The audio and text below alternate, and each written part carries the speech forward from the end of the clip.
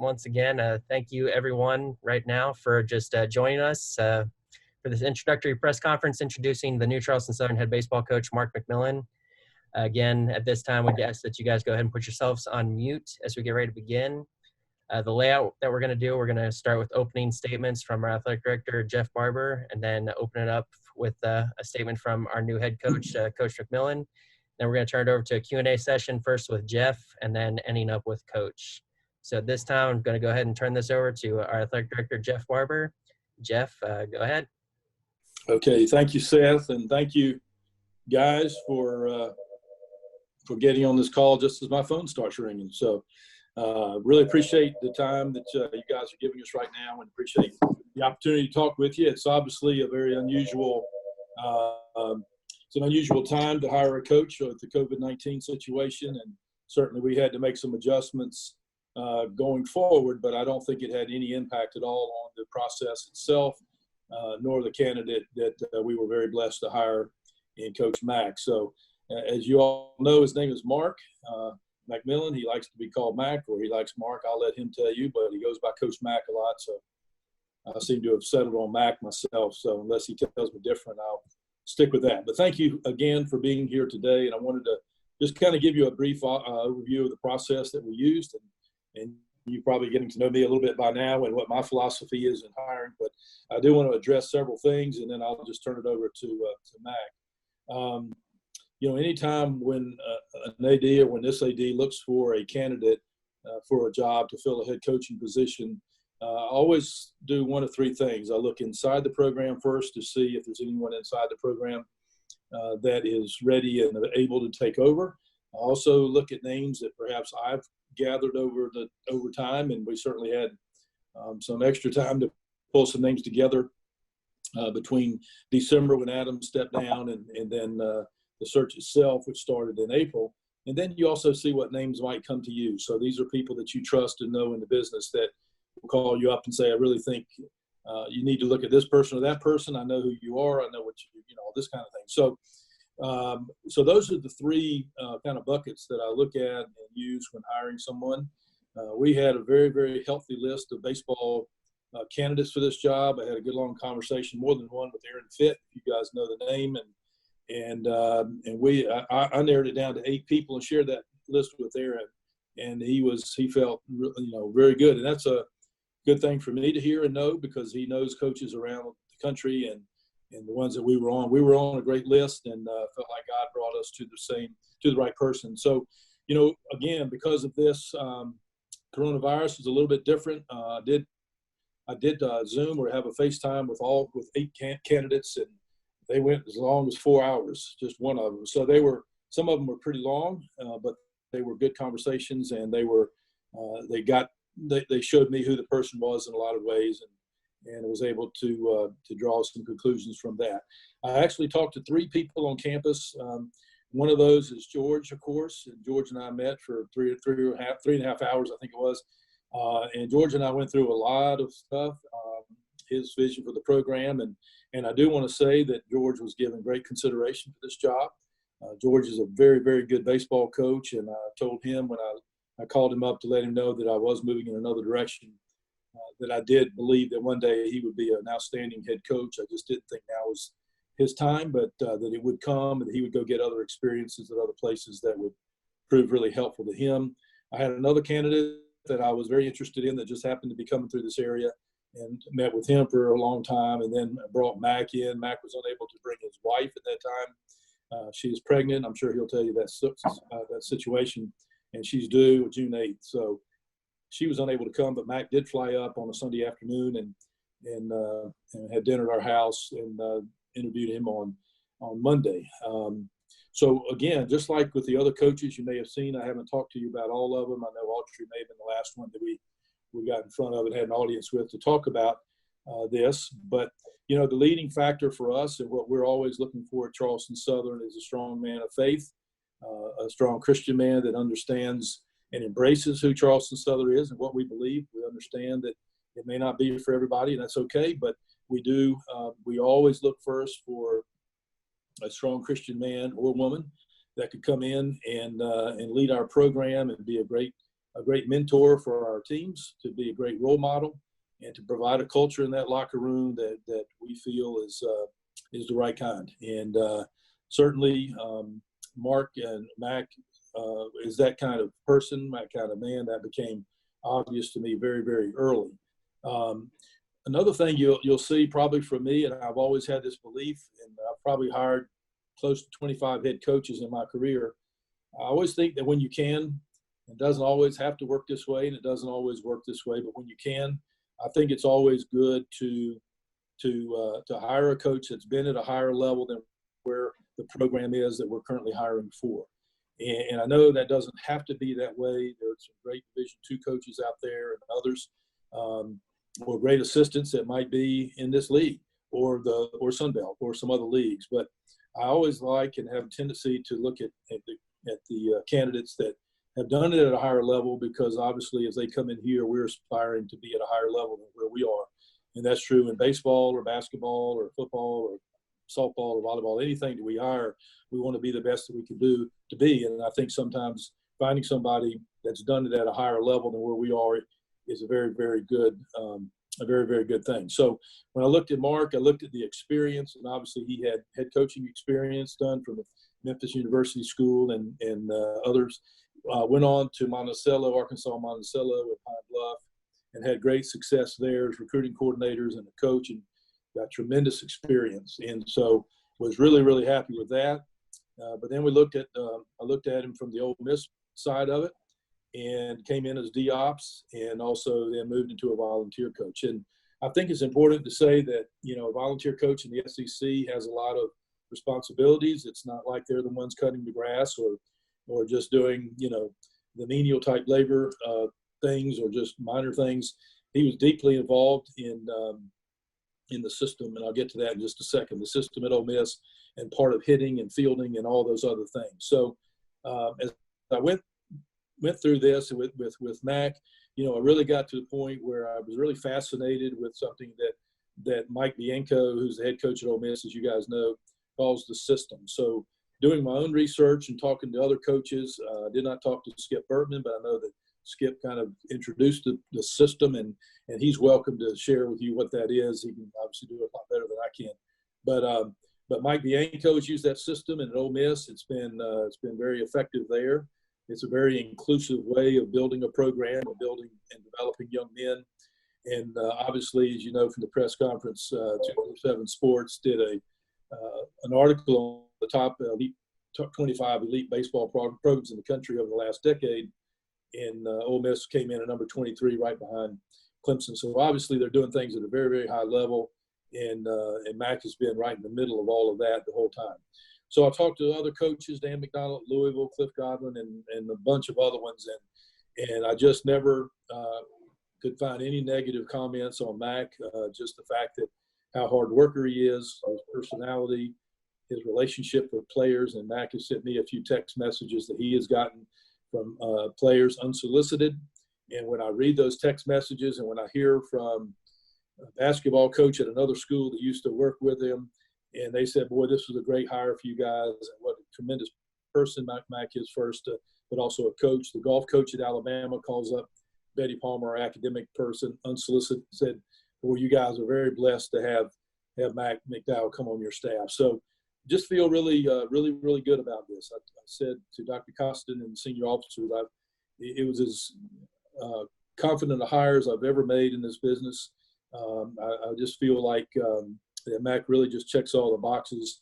And when I called him and offered him the job, I said, it's your time, Mac, you're ready. You're the right guy for us. It's your time. It's your turn to be a head coach. And so with no further ado, let me stop talking. I'll turn it over to Coach Mac. Well, welcome. I appreciate everybody visiting with us today. And the first thing I'll just say is go Bucks. Last Friday was a wonderful day for us. It was one of really just celebration. It was Jeff knows the story, and I'll share it because I think it's really who I am. And at first I am I'm a father, I'm a husband, and I'm a coach. So Jeff called me about 5 minutes before the announcement was to be made, and he said, well, "Are you ready?"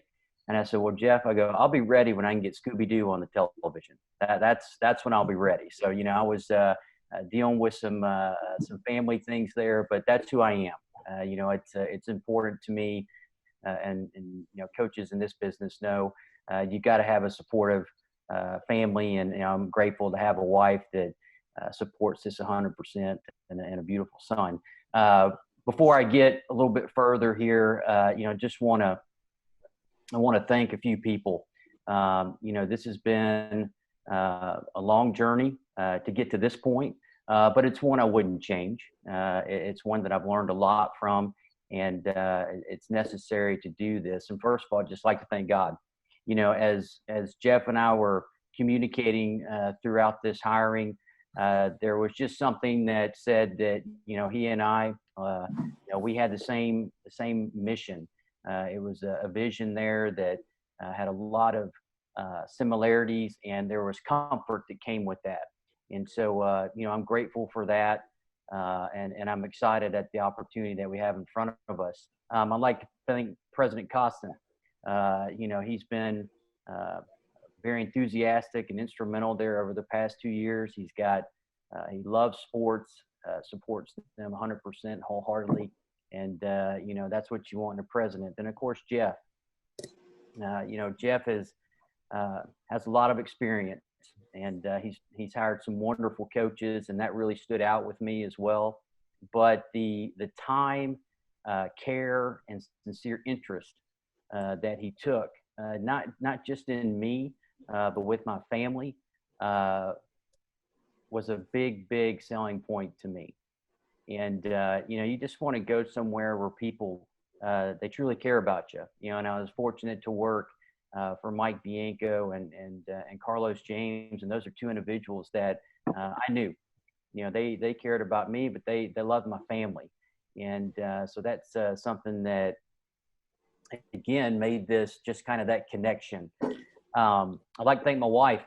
My wife, we've been together now for going on 11 years. Now we've been married 5, but she's been there the whole time. My wife used to drive from Memphis, Tennessee to Arkansas, Monticello to visit, and then I would drive back at times as well. But she eventually moved to Pine Bluff, and then went to Little Rock, where she went to school and had a job, and she would drive back to Pine Bluff to come visit. Then of course we got to Oxford. During that time, she was driving an hour or more back and forth to work. She worked in Memphis at the Children's LeBonheur Medical Center. And then once we had our 2.5-year-old son, Tanner, we were able to get her a little bit closer to home here in Oxford. But she's been a wonderful support system for me. And she's, brought me my greatest gift, which is our son. And yes, we do have a baby girl due here in the next couple of weeks. I think it's going to happen anytime soon. So, but we got a great checkup today, and we're looking forward to that as well. There's a number of people that have been instrumental in, I would say, my development and just continued confidence in pursuing this opportunity. And, I'm so grateful for them. It's hard not to mention them. I don't want to forget somebody, but I think I need to do this. Of course, Mike Bianco at Ole Miss, Carlos James at Pine Bluff, Mike Federico at the University of Louisiana Monroe, Bill Mosiello at Texas Christian University, Dan McDonald at Louisville, Tim Corbin at Vanderbilt, Patrick Murphy at Alabama, and then Alvin Rittman, who's now with scout with the Pirates. These are people that took an interest in me, and they took me under their wing, and I appreciate it. And then of course there's Cliff Godwin. I wouldn't be where I am today without Cliff. And Cliff gave me the opportunity because of a recommendation to go from the division, to go from Pine Bluff to Ole Miss, where I had a chance to learn this system that's been around, since the 70s, that started off, with Skip, and then, Skip took it to LSU, and from there with the assistants and players that he has, it's just kind of been passed along. Obviously Mike at Ole Miss, Dan at Louisville, Jim Wells at Alabama, Cliff at ECU, Lamonis at Mississippi State. It's just I think what it does more than anything is it prepares you to be a head coach, and then it gives your team the opportunity to have success on a consistent basis. And that's part of my vision. My vision is to have a faith-based program that focuses on the development of the overall student athlete that wins with consistency. Now we have goals. Our guys know what those goals are, and those goals do end with Omaha. I don't know if that word's been thrown around much, but that's the ultimate goal. And in the process, understanding that we're going to give credit where credit is due, and that's to our Lord and Savior. And so, again, it was just a good connection. It's something that I'm excited about. And sometimes people say, Mac, you don't seem very excited. And I would say I do get excited, but I get excited seeing young men learn something new and have success with it. I get excited about seeing young men kind of get out of themselves and into their teammates. I get excited about, seeing them overcome adversity, and yes, I get excited when we hit home runs and we win. That's part of this. Don't get me wrong. But it's about developing relationships. It's about understanding that, they say you become the average of the 5 people you're around the most. Well, we're around a lot more than 5 every day. And, it's important that we recognize that we're there for each other. We're there to serve our God. We're there to serve others and just be the best we can be. I work hard to just follow a simple motto of win today, which just simply means be your best in everything you do. Doesn't mean you'll be perfect. It's not gonna happen. But I've always said, from making your bed to brushing your teeth to whatever it may be your best. And that way, you can put your head down at night and sleep pretty soundly. And then get up the next morning, and the chances are, if you find yourself motivated by that, your feet touch the ground running, and it's pretty easy to get the day going. So again, it's been quite the journey, but I wouldn't change it. It's a journey that started off actually here in Oxford, which I am right now, one because of Andrea's soon to be birth here with our baby girl. But I had a gentleman approach me at the age of 22 and said, we've got a local youth team here that would you be interested in coming and helping out? And I was like, yeah, I've never coached before, but sure, I'd love to. And went out there, and next thing you know, just I kind of fell in love with it. But I had a degree in managerial finance, and I was committed to pursue that, to follow that. And so I took a job with First Tennessee Capital Assets as a trading analyst. And I talk about people that were influential in my baseball development. Jerry Hubbard, who is the president of this corporation, had a huge influence on me. And he's someone that I stay in contact with today. That's maybe he's looking at about 25 years now. He's a gentleman that taught me how to bring energy to work every day, to enjoy life, how to treat people right. And, it's the little things. He sent me a video singing happy birthday to me, which I just think the world of. And so I'm big on that. I don't want to miss somebody's birthday. That's where you learn it from. But as I was working with him, the school that I attended in high school approached me and asked me if I wanted to head up their 7th and 8th grade baseball program. And so I went to Jerry and said, hey, here's an opportunity. Again, this is where I went to high school. I kind of like to give back. And he was like, absolutely, you got to do it. And so, I get to work at 7:30 in the morning, leave the office around 5:30, head over to the school, work with these young men. We, for the most part, just practiced in a gym. And, I'd leave when the last one left. And that kind of started this process of falling in love with coaching. And I worked at First Tennessee for 3.5 years. And then that same high school had an opening. I went to the headmaster and basically just said, hey, if you're just unsure or not feeling it in terms of those people that maybe you're looking at, I would be interested. And that was it. That's all I said. And next thing you know, I'm the business manager and head baseball coach. I think I was 26 years old. And, here I start this path of coaching baseball. And so as I went through that process, started to gain a passion for wanting to be a college coach. And after 8.5 years, moved on to be an associate scout with the Mariners. Met Alvin Rittman, who connected me with. From there, I went to Crichton College. Again, that was through a connection of a good friend of mine, and actually he's coaching football, who knew the position was open, and they just recommended me to the AD. Went and met with him, and next thing I know, I'm the head baseball coach at Crichton College, an NAIA school, and here we go. If you're going to find out if your philosophy, if your system works, and it was tough. I went in there right in the middle of their fall. So they had a coach that was there, went through about 3 weeks of the fall. That coach actually left to go to the University of Pittsburgh, and here I come in. And so, you talk about a tough transition.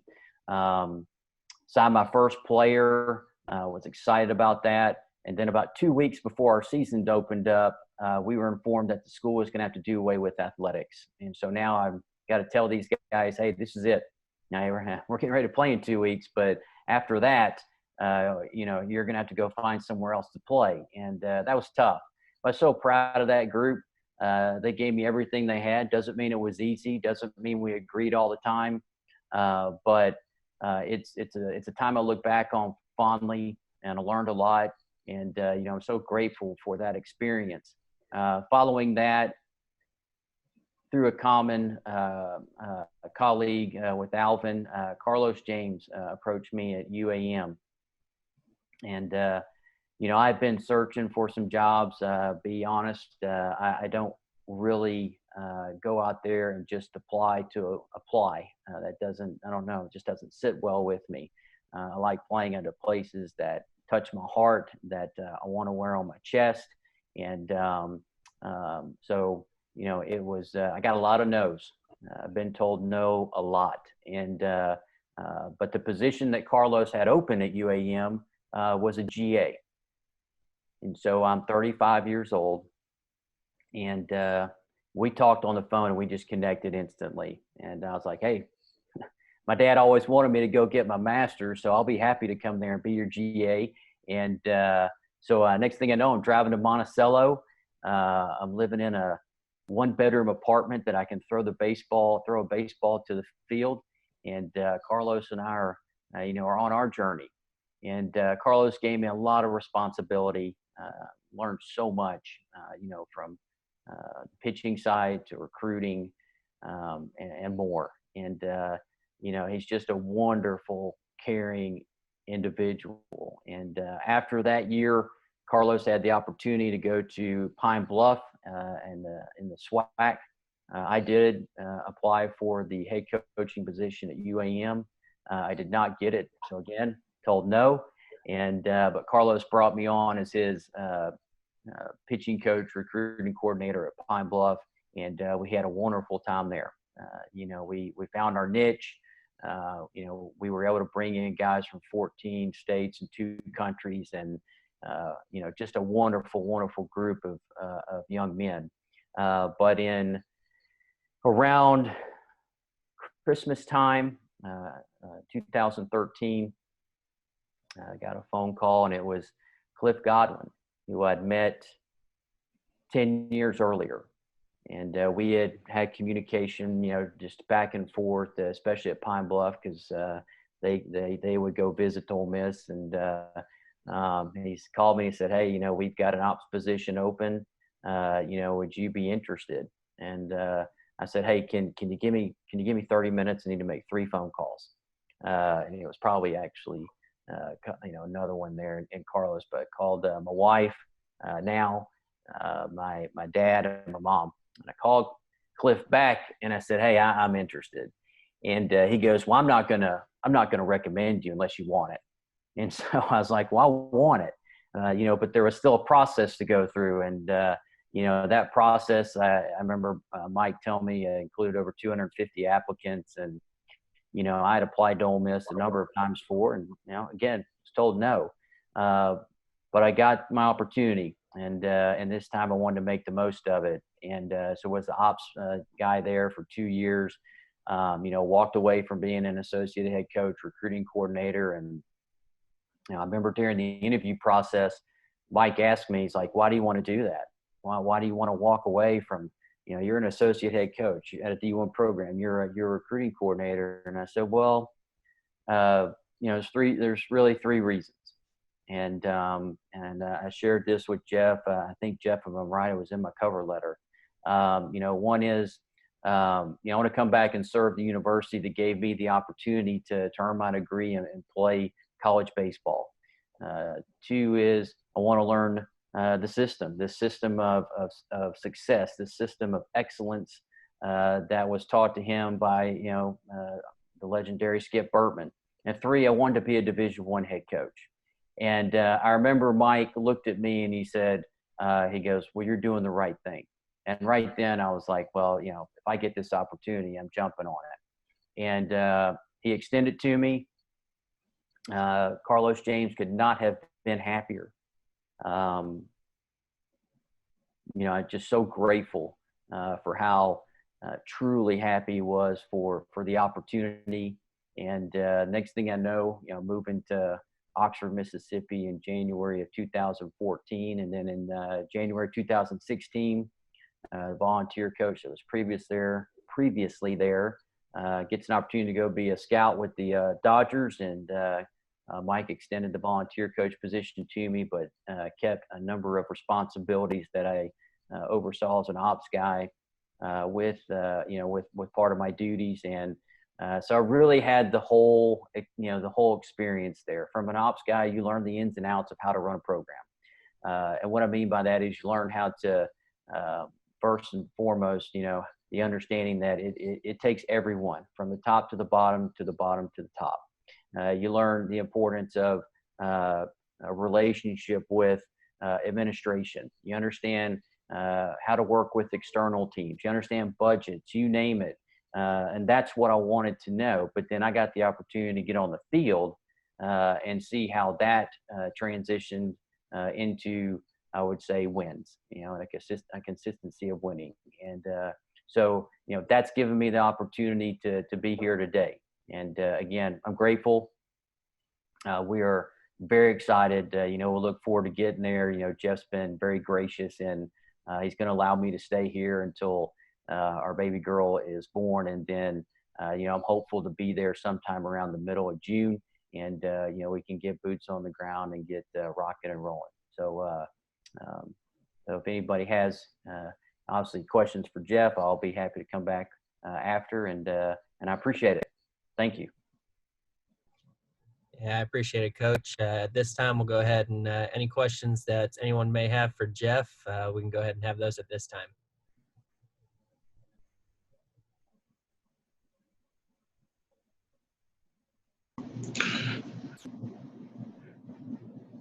Hey, Jeff, can you hear me? I can, yeah.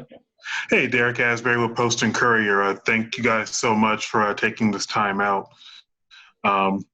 Just wanted to talk a little. You spoke about it earlier, but you wanted to get somebody in who had played at a higher level than where Charleston Southern is. So, can you tell me a little bit more about what you saw at Ole Miss that made you want to bring him in? Yeah, I think I meant to say I like bringing in guys that have coached at a higher level. Playing is fine too, but coaching is fine. It was really fun. You're right. Sorry about that. Yeah, that's okay.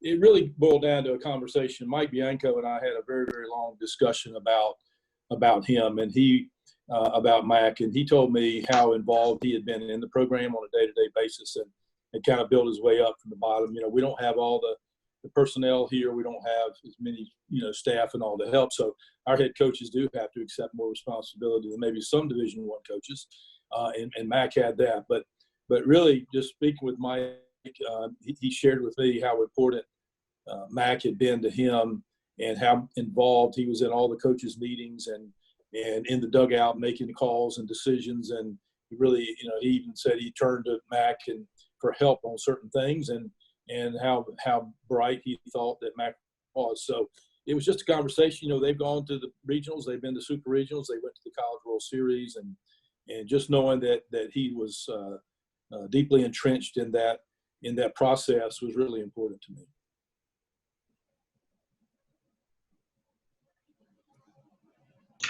Thanks, Coach. Or thanks. Mm-hmm.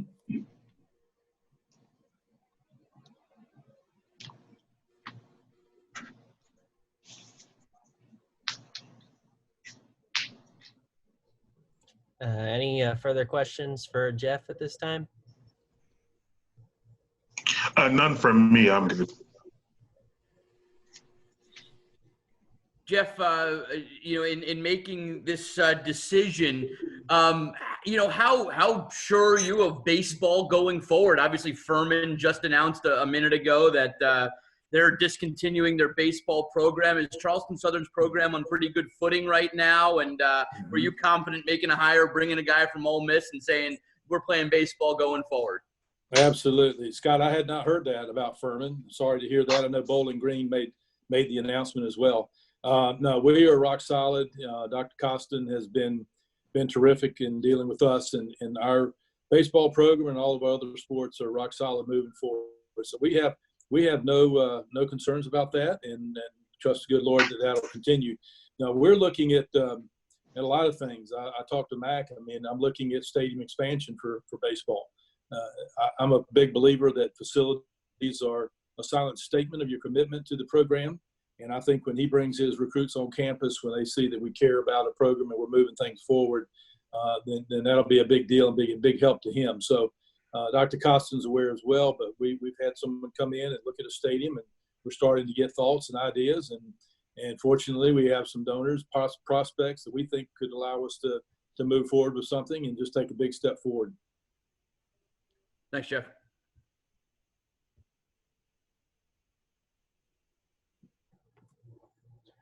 Any further questions for Jeff?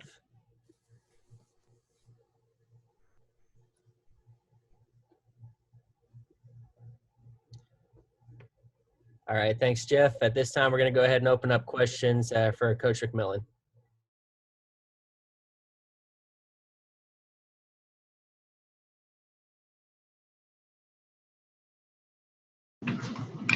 Hey, Coach. I'll kind of piggyback off of my same question to Jeff, but just what do you think that you obviously spending 7 years at Ole Miss and wearing a lot of different hats, how do you think that's prepared you for this head coaching job here at Charleston Southern? I think it's prepared me immensely. Again, it's understanding relationships, the importance that, you got to have everybody on board. It doesn't necessarily mean that you're going to agree on everything, but at the end of the day, you're trying to do what's best for the student athlete. And, learning not only how to communicate properly, but the meetings that take place and the details that go into determining what needs to be done in order to, and again, I'll say assure success. Now, it's a game that we're going to experience failure, but, that was critical. And then just, Mike's energy, his daily strive for excellence, and his ability to teach. I think probably, and I don't want to say this is the thing that stands out necessarily the most, because at the end of the day, for myself, it's how much he cared about my family and me.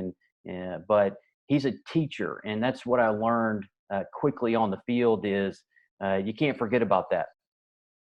You got to remember that we're in the job of developing these young men, and there's so many different ways to do that. Everybody thinks it's just where you're going to teach them to hit the ball properly or field the ball properly. There's a mental side to it. There's a motivational side to it. There is a way that you go about practice. I call it deliberate practice. It's the difference between just showing up and kind of going through the motions versus, understanding that here's things that we're going to practice that we feel will take place in a game. It's implementing team meetings that stress not just what's happening on the game, but the importance of their mindset. How do you play the game one pitch at a time? How do you essentially bring it every day? And that's what I learned under him. And, it's just created an immense confidence for me. And, but again, it's the additional years prior to that that have put me in a position to do this because, I've experienced failure. I understand what it means to get knocked down and to get back up. But also I've grown, and that gives me again great confidence and peace with this. But at the same time, it gives me a lot of energy and something that excites me. Thanks, Coach. You're welcome. Marc, Scott Eisberg from Channel 4 here in Charleston. Biggest strength of this program that you see right now, and biggest challenge that you think you'll face taking this job? Well, I think the biggest strength is, the number of returning players. You look at in terms of those that, they had an opportunity to get close to at least 50 to 70 at bats. So that may not sound like much, but you compare it to the year before, where some of those guys only got 100 plus. So I think just the returning of the players to go along with the support of the administration to see it be successful. The greatest challenge, I think right now is just getting to know them and get them comfortable with me. That's it. I'm not going to sit here and talk about any past experiences or anything like that. If I can connect with them, which I'm confident I will, then we'll see additional success on the field. I'm fortunate to come in a situation where there is experience. And so, these guys just didn't get a chance to go out and finish a completed season to see where that may take them, but they got experience. And so I think they're hungry and I think they're excited. But it's up to me to capture them. And that's what I'm going to do. I'm going to capture them. I'm going to love them. I'm going to teach them. I'm going to discipline them when they need to be disciplined. But, that's the greatest challenge.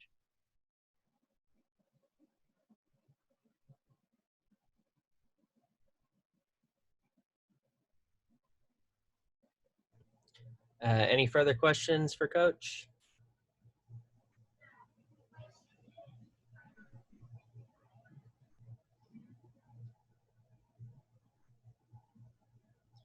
Well, if not, then I'll go ahead and call this to an end. Jeff, Coach, thanks for taking time out to be here for this press conference. And again, everyone that attended, thank you for taking this time out for this first opportunity to sit down and talk with Coach MacMillan. Appreciate you all, and I will have a recording of this on csusports.com here. And for those of you who have asked for it, I'll also send you a copy of today's press conference as well. So thanks again, and hopefully get a chance to see you guys again soon. All right, go Bucks.